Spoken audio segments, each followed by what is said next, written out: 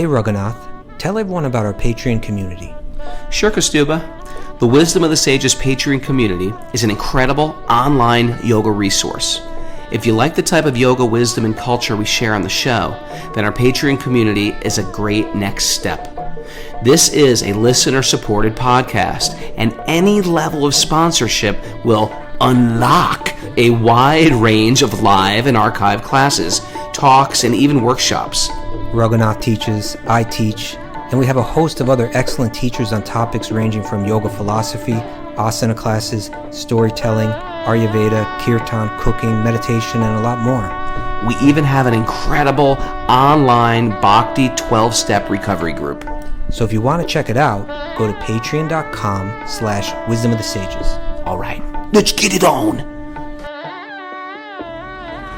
Om Namo Bhagavate Vasudevaya. Om Namo Bhagavate Vasudevaya. Om Namo Bhagavate Vasudevaya.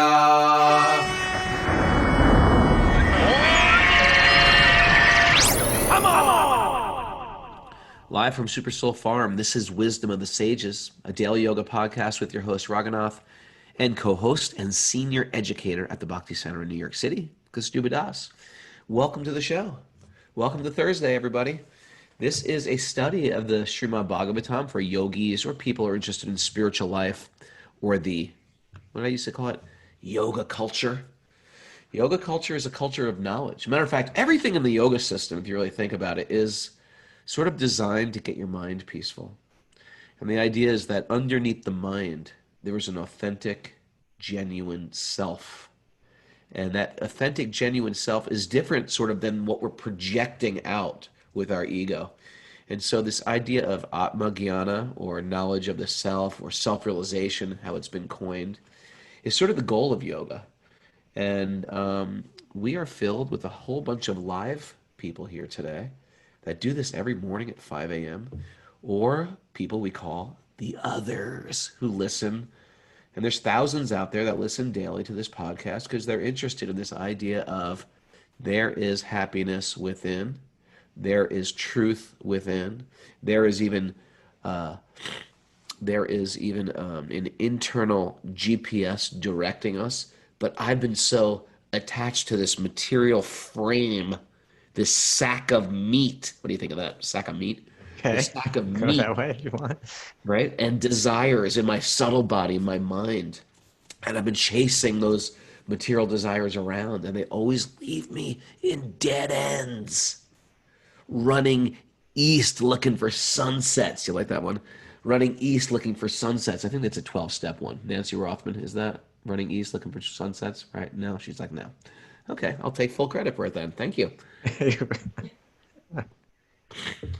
I tell you, every morning I'm very impressed, Kaustubha, when we turn on this Zoom and there's all these people here for Zoom. I'm expecting one day like no one's going to be here. It's touching and it's a privilege.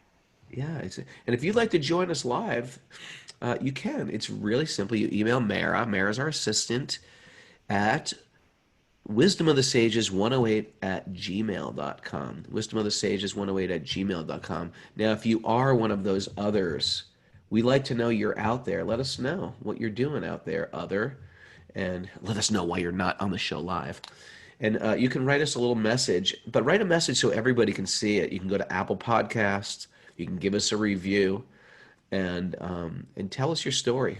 Everybody's inspired by a spiritual journey story. I find those stories like the best read. Like Radha Swami's book, A Journey Home, Autobiography of a Yogi, Siddhartha. Those are my favorite books to read. Did you ever read Autobiography of a Yogi, Kaustubha? I did. What do you think? Honestly, it was not one of my favorite books. It's pretty interesting, though. The guy goes to Vrindavan at a young age, and he won't leave. He has to be kidnapped away from Vrindavan. But it's a little if you don't know yoga philosophy, it gets a little confusing because they deal with a lot of demigod worship and mystic visions and stuff like that. It intrigued me more on the path, but it didn't like settle anything for me. I read it long after. It wasn't like a book I read before. It was a book that I read long after I've been practicing bhakti and everything. And it's been a long time since I read it. But my memory of it was a long list of these mystical visions and far out things. And, that kind of thing doesn't necessarily excite me unless it's in a certain context, Sure. I shouldn't be too judged. It's been a long time since I read it. So, but it's not like you said it's one of my favorites. It wasn't one of my favorites for sure. Well, it's like, it's like a spiritual journey, but sometimes when it deals with so many mystical things, it makes me feel like I'm an outsider. Like, I'm not having a mystical thing.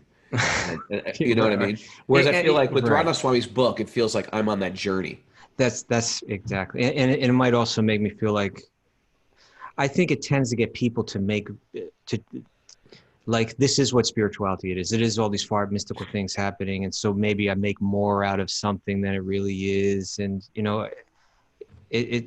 it feels a little inauthentic to me, or it can lead to a kind of inauthentic kind of thing. Not that the book is inauthentic, but it can lead to those people who are like hyper spiritual, where they're sort of like spiritual sort of in, as their persona, almost like, and they, is that what you mean? Well, I think I've said about as much as I want to say about about that particular book. It wasn't a book that particularly inspired me. I'll just leave it at that. All right, okay. I did get inspired by he tried to run away to Vrindavan. And they kept on kidnapping him back, and he kept on running. I thought that was pretty cool, and I thought it was pretty cool to be in Vrindavan. I think it was like in the 50s or something like that, which always sort of intrigues me. Sure. Because Vrindavan is like one of our hot places for bhakti yoga. By the way, I have some bad news for you, Raghunath. I Googled running east looking for a sunset, and there's quite a few things there already. Oh, really? Yeah. Running east looking for sun. What does it say? Running east looking for a sunset. It's just a lot of people that have used that. A lot of people have said, well, I've said it too then. Put me in that list.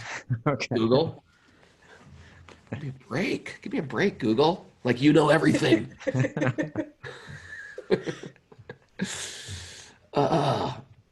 So we are, hey, you know what? I start Sanskrit today. Me and Rocco, my son, are starting Sanskrit twice a week. How so? We're taking classes. From who? I've just decided, like, I'm going to take full advantage of the pandemic, and it's super cheap. I'm with some teacher in India. Okay. Like $7 an hour. Huh? In Chennai? No, he's in Bombay. Okay. But he studied in Vrindavan. All right. Yeah, I'm excited. Rocco's got Mridanga classes online twice a week. I'm designing a whole homeschool thing with him. I'm really excited. Nice. Why not? Like, why do I have to learn French in school? Like, why not pick the language you want to learn? Okay. All right. I'm sort of getting into this, designing what the kids learn and how it's taught. I mean, yeah. Anyway, it's a whole new thing. Matter of fact, we're doing. Anyway, I'll save you from my children's curriculum, but it's exciting actually. You can like design education the way you want to design it. Okay. So we are on the first chapter of the second canto, and it's in a good spot here. Let's start with our mystical invocations. Narayanam namaskritya naram chaiva narottamam devim saraswatim vyasam tato jayamudiraye. Before reciting the Srimad Bhagavatam, which is the very means of conquest, one should offer respectful obeisances to the personality of Godhead Narayan. Unto Narayan Rishi, the supermost human being, unto Mother Saraswati, the goddess of learning, and to Srila Vyasadeva, the author. Nasta prayeshva bhadreshu nityam bhagavat sevaya bhagavati uttama shloke bhaktir bhavati naishtaki. By regular attendance in classes on the Bhagavatam and by rendering service to the pure devotee, all that is troublesome to the heart is almost completely destroyed, and loving service to the personality of Godhead, who is praised with transcendental songs, is established as an irrevocable fact. Om Gyanatamrandasya Gyananjanasalakaya Chakshurunmilitam Yena Tasmai Shri Gurave Namaha. All righty. So we are on should we Text 16. read? Okay. Chapter Canto 2, Chapter 1, Text 16. All right. Right here we go. Ready? One should leave home and practice self-control. In a sacred place, he should bathe regularly and sit down in a lonely place, duly sanctified. So we're getting this chapter, it's entitled The First Step in God Realization. And my understanding is what's going to happen here. Right now, we're about to get a description of Ashtanga Yoga. So earlier, it was asked, what should one hear about? What should one remember? What should one do? What should one not do? And the answer was like a clear, this Harinama Kirtana, that once you chant the name, the chanting the names of God is like the fearless path. It's the foolproof path. It's the way to go. But here, now we're going to get like a description of, earlier, like there was the invocation, Om Namo Bhagavate Vasudevaya. That's how this chapter began. And Prabhupada gave a commentary to that. And he wrote, this first chapter describes the glories of chanting, like we had heard in that previous verse. And it hints at the process by which a neophyte devotee may perform meditation on the universal form of the Lord. So by saying a neophyte devotee, in other words, that one may come gradually to that path as a beginner, not by directly chanting the holy names of the Lord, but they might, if they don't have that faith, that they might come to it by connecting the universe with Would you say, God. Don't mean to cut you, but I'm just trying to think like, to step outside of a Hindu culture, would you say like meditating God in the universal form, would you say that someone who would say something like, I believe God is the ocean, or I believe God is the forest, or that's a very common thing to say in America. We're sick of religion, so we say things like God is nature. Yeah. Would you call that the same thing as what a classic? I think it's related. Now in So you do text, see God in nature. You do see God in the sky, or in the sun, or in the planets, or in the stars at night. But it's saying that it's a neophyte conception of divinity. Yeah, it's not that it's not a valid conception, but it's not a complete conception. And it may be one that one comes to in the beginning because one's not, for whatever reason, the personal conception is, one's not at that moment open to it. And so what we're going to hear now is a description of how one may come to that by practicing Ashtanga Yoga, which is actually a very difficult path. It starts right off the bat, one should leave home. Right? It's like, that's not easy to do. Grihat. How's your new yoga class going, Kaustubha? I'm leaving home. Yeah, that's home. Why are you packing your bags? I just started an Ashtanga yoga practice. Yeah. And this is what this is how Bhagavad Gita describes Ashtanga Yoga too, that you go off, you wander off.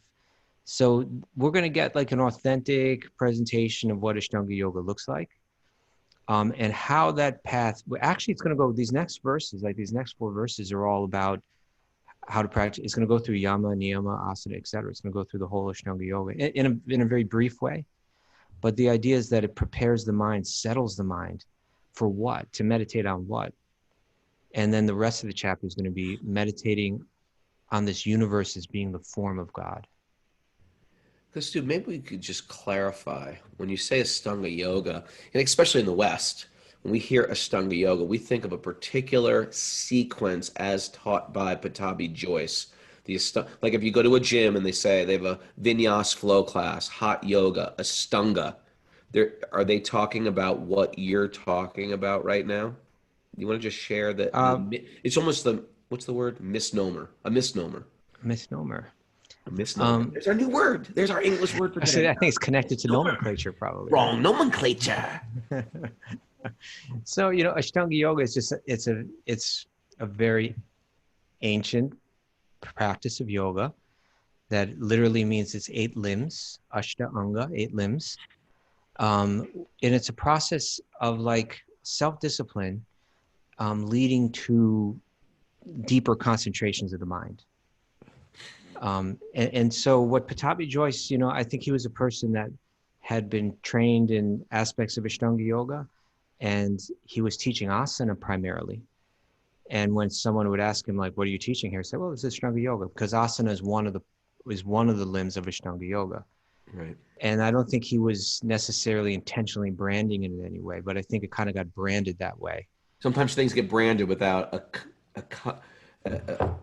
a team of marketers. It's just you start using the word. Yeah. And so then as it comes to the West, it's called Ashtanga yoga. People may, and that means a certain sequence of asanas taught in a particular way with certain emphasis. And it's really that all the vinyasa yoga in the Western yoga studios is stemming from that. So they'll say Ashtanga yoga, but I'm using the term in its more traditional context than, let's say, its modern context.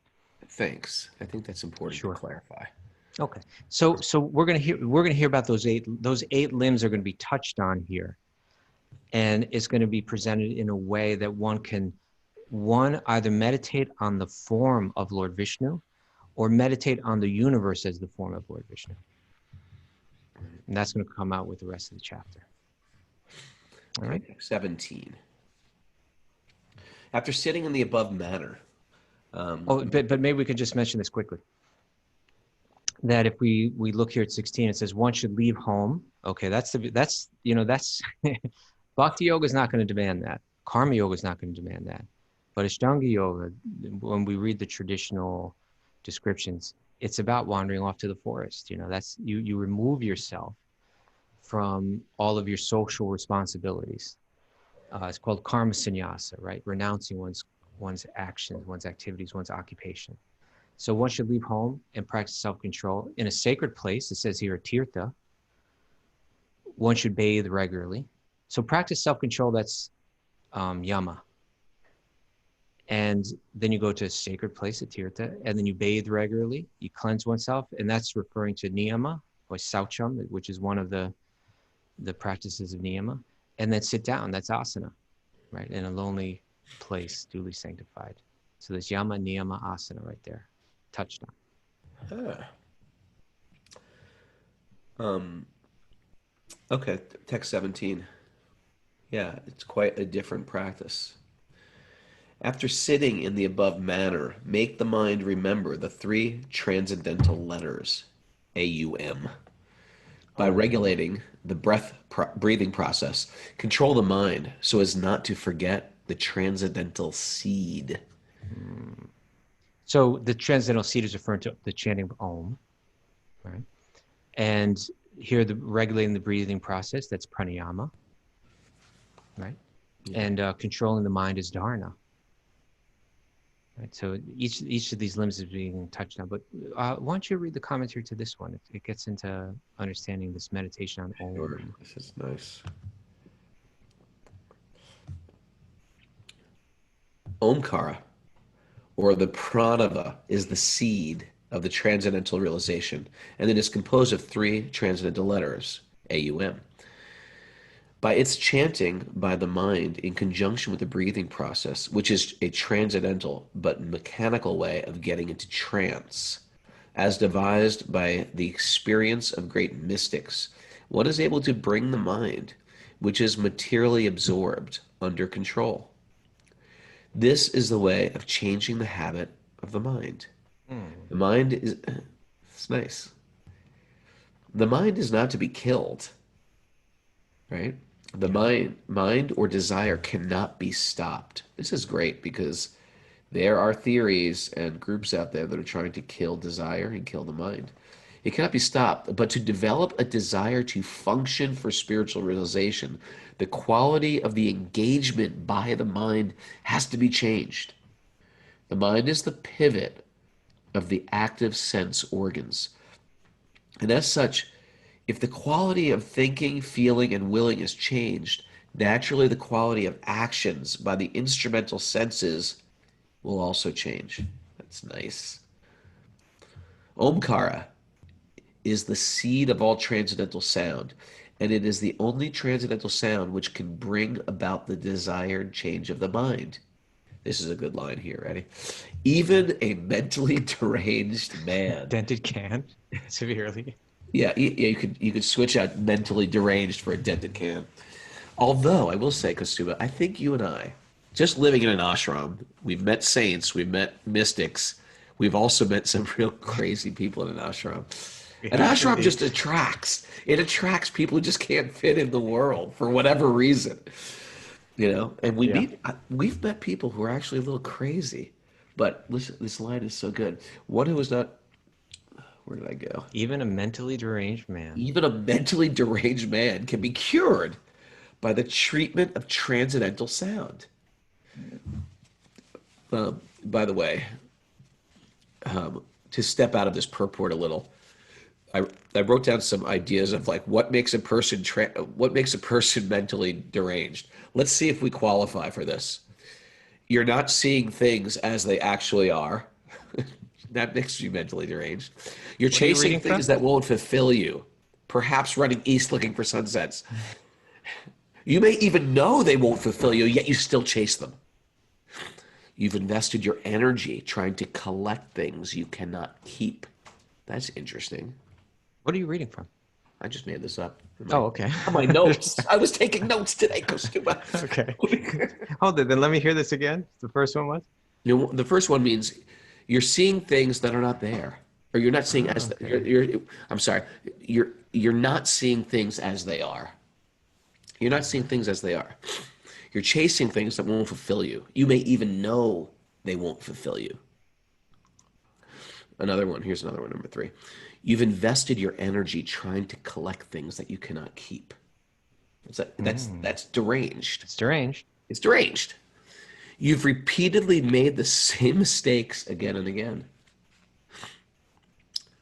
How about this one? You don't know who you are. You don't know who you are. That's a great one. How about this one? Because I'm suffering from it presently. You're letting a temporary. You're letting some temporary. What's the word, Mara? Condition, set of circumstances. Set of conditions, set of circumstances. Knock you off course. When they're temporary. It's just going to pass. Yeah, I guess that my last one is what you just said. You don't know your identity. You don't know who you are. That's deranged.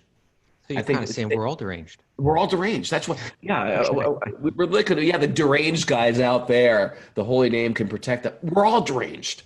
If we fit into any of those categories, we're all sort of deranged right now, and the holy name will give us some direction and some sanity. Although I think it's safe to say, Kaustubha, we have met actually deranged people, and almost like the holy name pulls that in. I can't describe it. I'm thinking of specific people that only you know right now. Okay. All right, but I won't say it. No names. No names. No names. Okay, should I continue with that purport? Please. In the Bhagavad Gita. In the Bhagavad Gita, the pranava, or the omkara, has been accepted as the direct literal representation of the supreme absolute truth. One who's not able to chant directly the holy name of the Lord, as recommended above, can easily chant the pranava, or the omkara. So it was recommended above that Harinama Kirtana, that Shukadev said to Parikshit, this is what you do. You chant the holy name of Hari, of Krishna. So saying, Pure One Prabhupada says, as recommended above, he's saying, if for whatever reason, according to one's faith, according to one's knowledge, one's not ready to accept that, you can chant Om, which is kind of like, it's the impersonal representation of God. So if you have any hesitation in accepting the person, then you can chant Om, and it's still a transcendental sound. Yeah. I mean, why wouldn't someone accept the supreme absolute truth, the cause of all causes, the Lord of the demigods, as a tiny, chubby little blue cowherd boy? Why wouldn't anybody? Why isn't the whole world ready to accept that right now? I don't know. I don't get it. He's slightly chubby. Just a little chubby. So you chant Om. If that conception is too like out of this world, you chant Om. Okay. This Omkara is a note of address such as, "Oh my Lord." Just as Om Hari Om means, "Oh my Lord," the personality of Godhead. Well, those are nice translations. As we have explained before, the Lord's holy name is identical with the Lord himself. So also is Omkara. But persons who are unable to realize the transcendental personal form or name of the Lord on account of their imperfect senses, in other words, neophytes, they're trained to the practice of self-realization by this mechanical process of regulating the breathing function and simultaneously repeating the pranava, Omkara, within the mind. Yeah, so in other words, if one has that faith, one can directly begin the process of bringing my mind directly to God, right? If I have the faith that ultimately there's this person behind everything, and this person is beautiful, and this person has a certain way of, has certain pastimes in a certain form, and I accept that, I can immediately bring my mind to that by reading Bhagavatam, by chanting those particular names. And if for whatever reason, due to not knowing that, due to having a difficulty accepting that, then I can do a mechanical process called Ashtanga Yoga, where I can bring my mind straight to there by chanting the name, by reading the Bhagavatam. If I'm not ready to accept that, I can begin a process of settling the mind, which is called Ashtanga Yoga, settling it, by controlling my external activity, yama niyama, then through asana, then through pranayama, through breathing, I can settle that mind, and then I can practice concentrating that mind on Om, for instance. And so that's what's being described here. Keep going with this. Yeah. As we have several times expressed, since the transcendental name, form, attributes, pastimes, etc. of the personality of Godhead are impossible to understand with the present material senses, it is necessary that through the mind, the center of sensual activities, such transcendental realization be set into motion. The devotees directly fix their minds on the person of the absolute truth.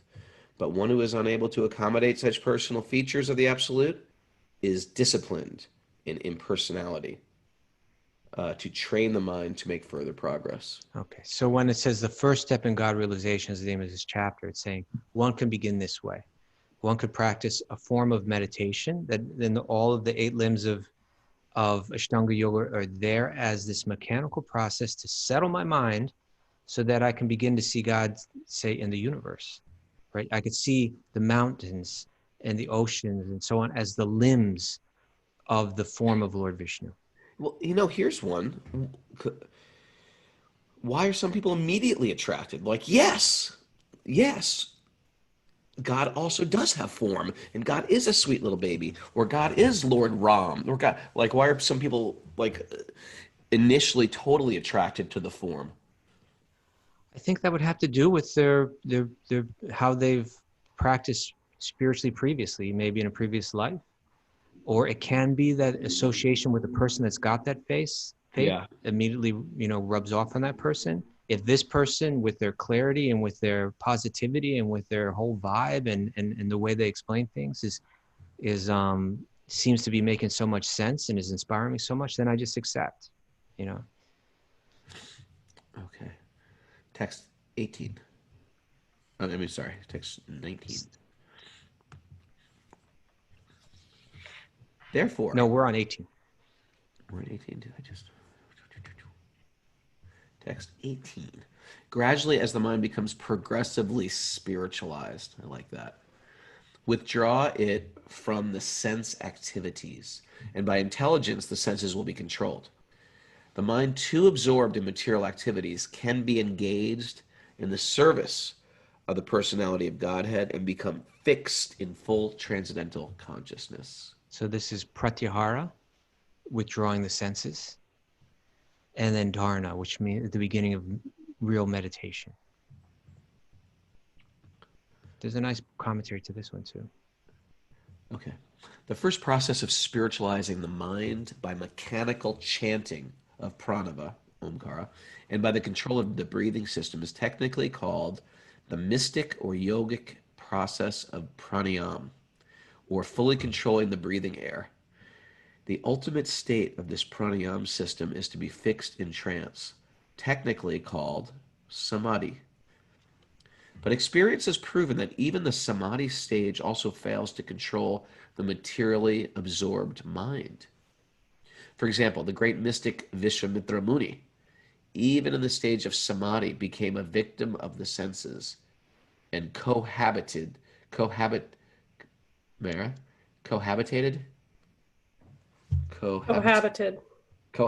with Menika. Menika was, I just read this. Did you? Well, she was an Apsara, right? But who was she married to? And she had a beautiful child too. Oh, man, I'm bummed out. It'll come. Oh, she was the mother of Parvati. Okay. She actually had this Leela where she was the mother of Parvati. Parvati became the wife of Lord Shiva. Anyway, Aunt Menika was the heavenly damsel, and she appeared and broke. And Vishwamitra, who is the great mystic, we do that yoga pose, Vishwamitrasana. He was sitting there trying to develop powers to avenge Vashishta, because he had issues with Vashishta. And then he saw Menika. He was getting so powerful that, right, the gods were like, oh my God, this guy is so powerful. He's just a mortal. And they threw this beautiful Apsara, and then he just couldn't control himself. I didn't know he cohabitated with her. What is does that mean? I think it's a euphemism. Okay. It doesn't mean like they got an apartment. Okay. History has already recorded this. The mind, although ceasing to think of sensual activities at present, remembers past sensual activities from the subconscious status, and thus disturbs one from I like this word, cent percent. That's the way we'd say it. I don't think that's an English statement, cent percent. It means like 100% engagement in self-realization. Isn't that interesting? Whatever sensual activities you have from the past, they're like lodged in your mind. You know, in the commentary to this verse, Vishwanath Chakravarti Thakur, this important commentator, he said, the mind is described as that which is impossible to make motionless by pranayama and other processes because of the extreme strength of previous karmas, right? Because of the strength of all our past, memories and past activities that rise up in the mind. Yeah.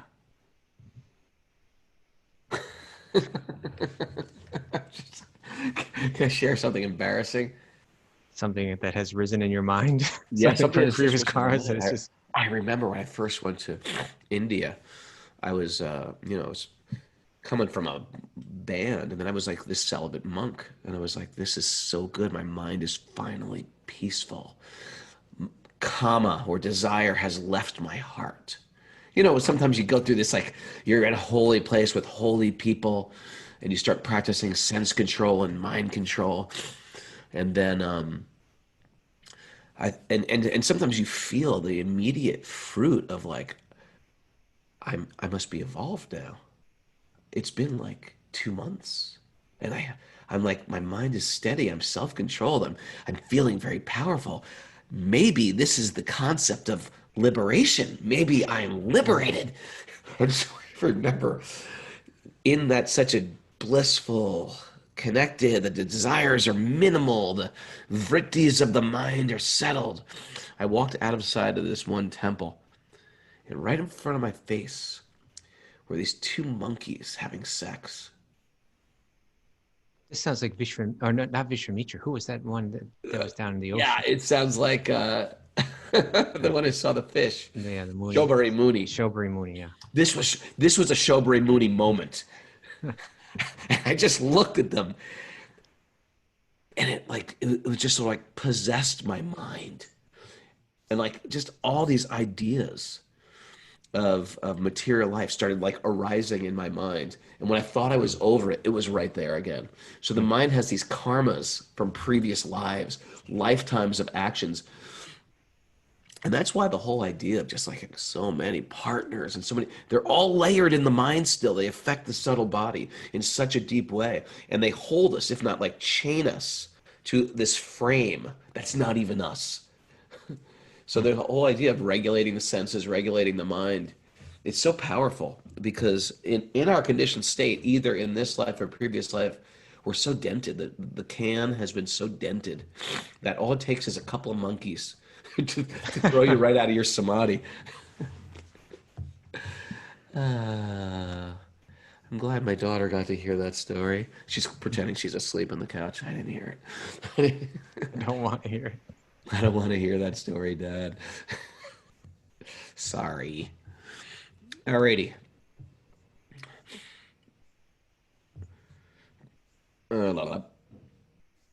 Manika. History has already recorded this. The mind, although ceasing to think of sensual activities at present, remembers past sensual activities from the subconscious status and thus disturbs one from 7% engagement in self-realization. That happened to me.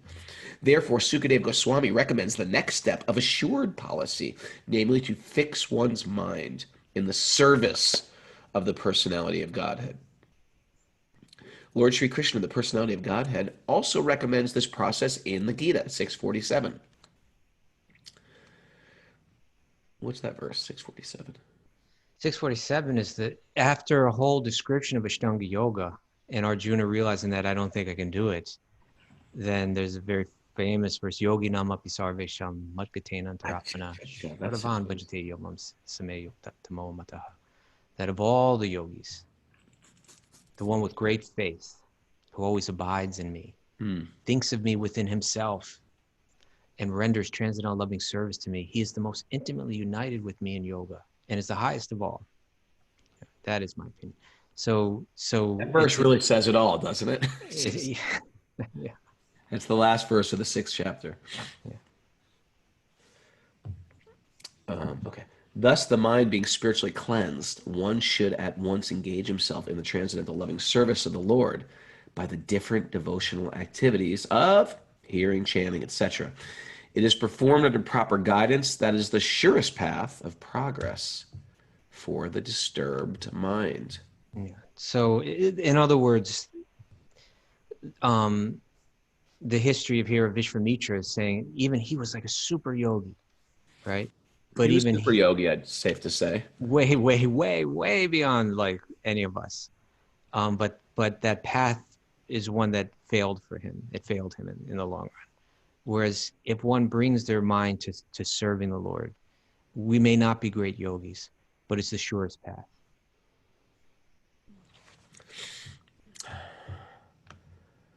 Okay. All right, let's do the next one then. Thereafter, you should meditate upon the limbs of Viṣṇu, Kaustubha, the limbs of Viṣṇu, one after another, without being deviated from the conception of the complete body. The complete body of Viṣṇu? Yeah. Okay. Thus, the mind becomes free from all sense objects. Does this mean in the mind or in a deity form, or what do you think? Well, here, it's describing an Ashtanga yogi who's doing it in their minds. Okay. But it's interesting because in the commentary, Srila Prabhupada is going to talk about going into the temple, and you add that visual, that makes the process easier. Do you practice meditating on Viṣṇu in the mind or Krishna in the mind? On the form? Yeah. I mean, occasionally, but it's not my daily practice. I mean, I see I have a little temple in my home. I in one sense, I meditate on that form. But it's not like I try to, what's being described here exactly. No, that's not what I practice,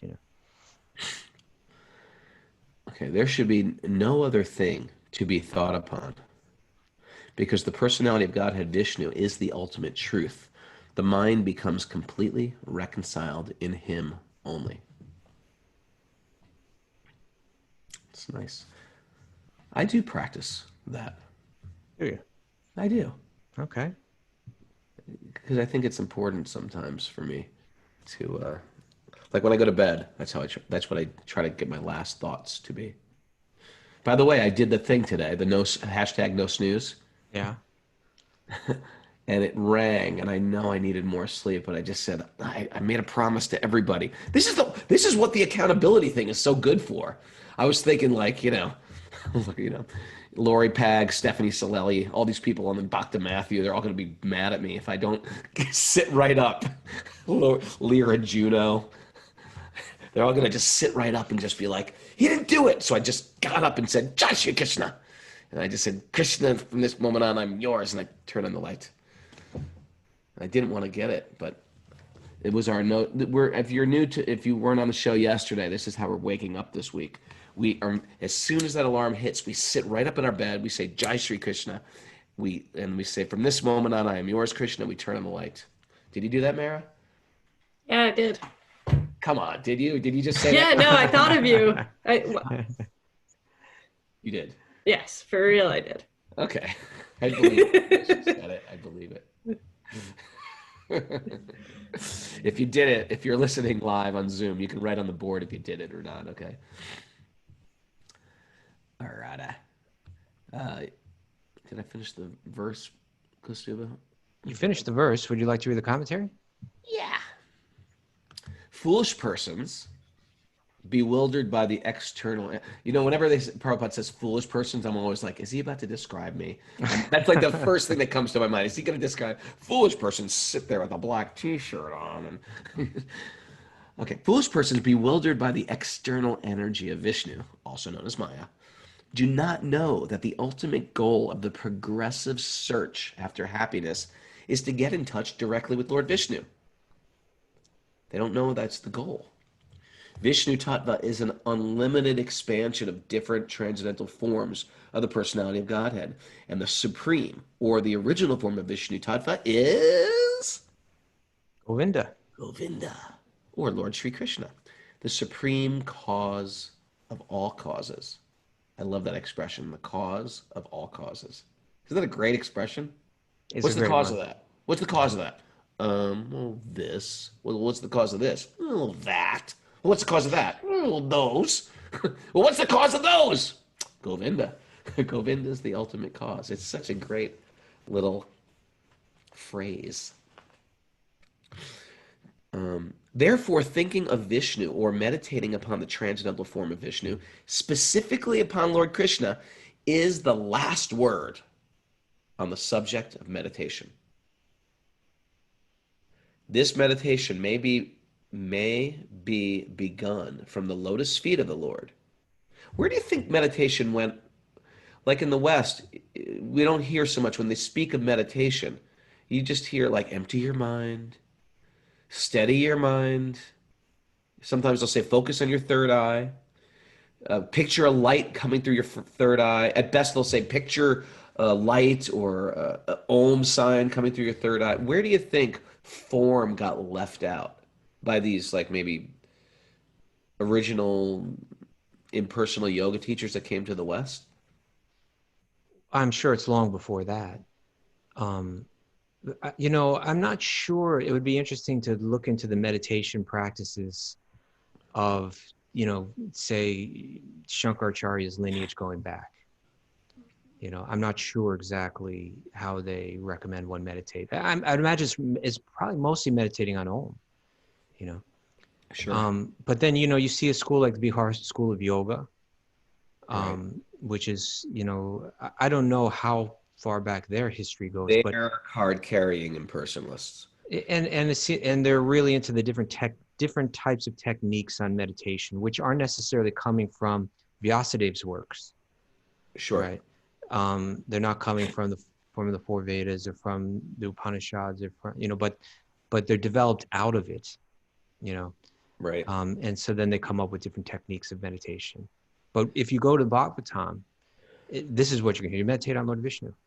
That's what it's all about. If you read Bhagavad Gita, one does Ashtanga Yoga. Why? To realize Paramatma within the heart. So there's always that connection when you go back to these original sources as far as there is that statement in Yoga Mala by Batabi Joyce. Do you know what I'm talking about? I don't. Where he says, in these poses, you're supposed to meditate on your Ishta. Now, if you don't know what an Ishta is, you like read right past it, but the Ishta is how you conceive of God. Yeah. Or Did you're, that ever, did that ever, that one jumped out at me when I read that. well, of course, he was trained by a Vaishnava, by Krishnamacharya. And so, yeah, the idea is that in your asana, the whole point of the asana is so that you can meditate on God. And some people meditate on God, for a Vaishnava, the Ishta, it might be one of many different forms of Lord Vishnu. Who's that old disciple of Krishnamacharya that you and I love, that we met in India? A.G. Mohan? A.G. Mohan. Yeah. A.G. Mohan, what was his story? 30 years he studied with Krishnamacharya, like 5 days a week with him and his wife. Yeah, I think the last 20 years of Krishnamacharya's life or so, 20, 25 years, something like that. Some like incredible, like the probably most qualified person out there in the teachings of Krishnamacharya.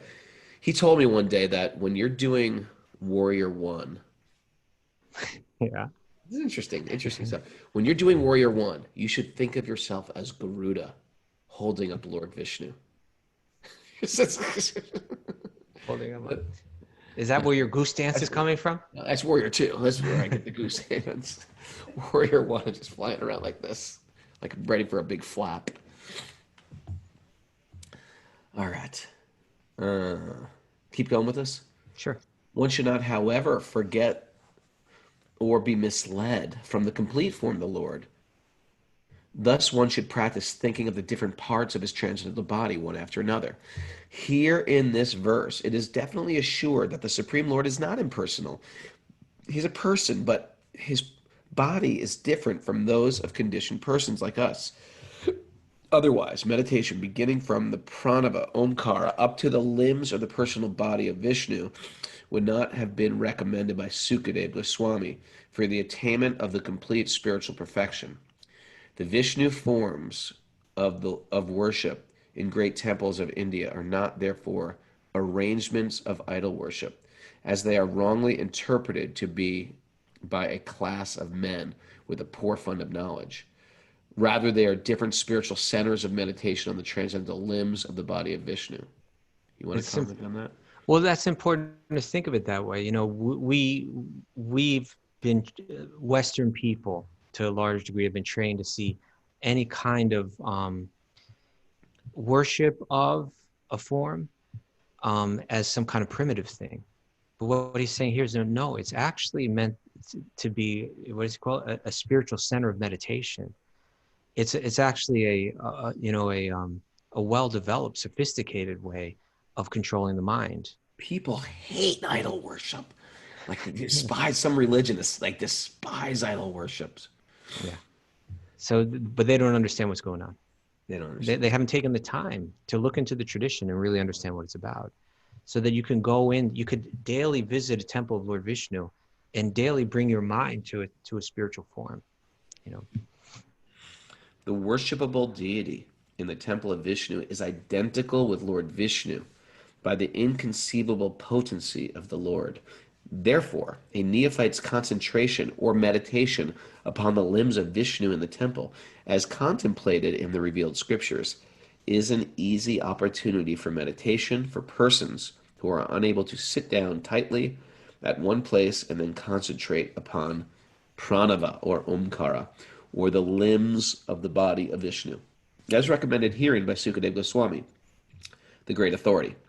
The common man can benefit more by meditating on the form of Vishnu in the temple than on omkara, the spiritual combination of AUM, as explained before. There's no difference between omkara and the forms of Vishnu, but the persons unacquainted with the science of the absolute truth try to create dissension by differentiating between the forms of Vishnu and that of omkara. Here it is indicated that Vishnu form is the ultimate goal of meditation, and as such, it is better to concentrate upon forms of Vishnu than on impersonal omkara. The latter process is also more difficult than the former. So this brought us the whole way through samadhi. We went through all the 8 different limbs here of Ashtanga Yoga. But again, it's saying that that Bhagavatam saying that you're going to meditate on the form of Lord Vishnu. And say you even have a problem with that, then what this chapter is going to go on to reveal is you can see aspects of the universe as the limbs of Lord Vishnu.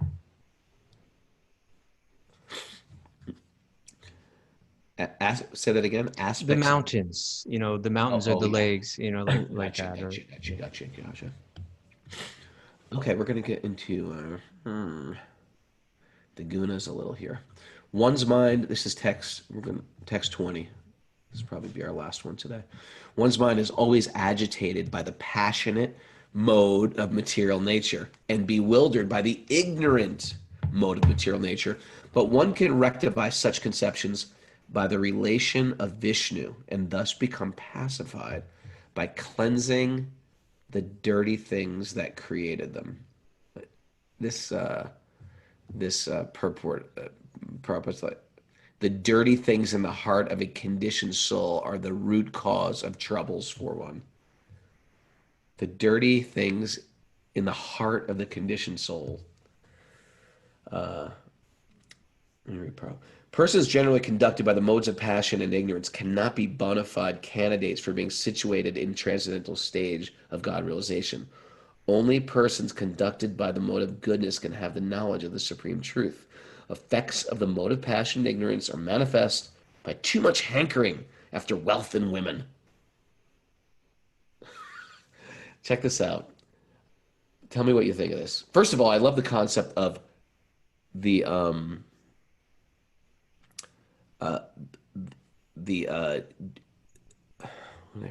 dirty things in the heart. Okay. Can we do a little quick dip into the gunas for people who are sort of joining us new? Because sometimes we talk about this a lot, but maybe if people are new to this, tell me what you think. 3 minutes, so it's a little hard to cover it in very much depth. Yeah. But maybe we can do that tomorrow if you like. But I think the basic point here is that it's saying one's mind is always agitated by the passionate mode of material nature and bewildered by the ignorant mode of material nature. But one can rectify such conceptions by the relation of Viṣṇu and thus become pacified in cleansing the dirty things created by them. So the idea is that Rajas and Tamas, they make it impossible to meditate. You can't have a peaceful mind and fix out an Om and reach this spiritual goal with a mind that's still deeply influenced by the mode of passion, which is the desire to get what I don't have. When one's being influenced by this need to get more, that I can't be content. Or tamas, which is kind of like here saying it's not even, it's like one becomes bewildered by it. That these lower modes of nature make it very difficult for us to go within. And so one can go within by connecting to Lord Viṣṇu. It becomes a very powerful way of controlling the mind, which otherwise is very difficult to control. What do you think about that? All right. I paused, but thanks everybody. Another Bhagavatam class. Whew. We'll get a little gunas in tomorrow. Try to tease that out a bit. We got a big weekend coming up with Shama Sundar Sunday. We have our guest day, and Shama Sundar is one who met the Beatles, and he sort of introduced them to Bhakti, and we're going to pick his brain about what it was like to live with John Lennon, and they're coming to Bhakti, and they're traveling to India, and he's got tons of great stories like that. Saturday's Q&A day, but we'll be here tomorrow at 5 a.m. if you're listening live, and if you want to join us live, one of the others out there, then you go to wisdomofthesages108@gmail.com and get all of the very secret codes from Mara, who will send them to, and you can join us here with this lovely Zoom family. There's a recovery meeting today. And there's a recovery meeting today at noon. Who's got the time of that? Mara, what's our schedule like today for our Patreon members? Bob Healy's teaching an asana class at 10 a.m. And we love him. Yeah, and there's a Bhakti recovery group at noon. We're meeting at noon. Recovery group at noon. So if you'd like to join in on our yoga school, we have a little yoga school here at Wisdom of the Sages. Happens all the time, as well as a 12-step Bhakti recovery group.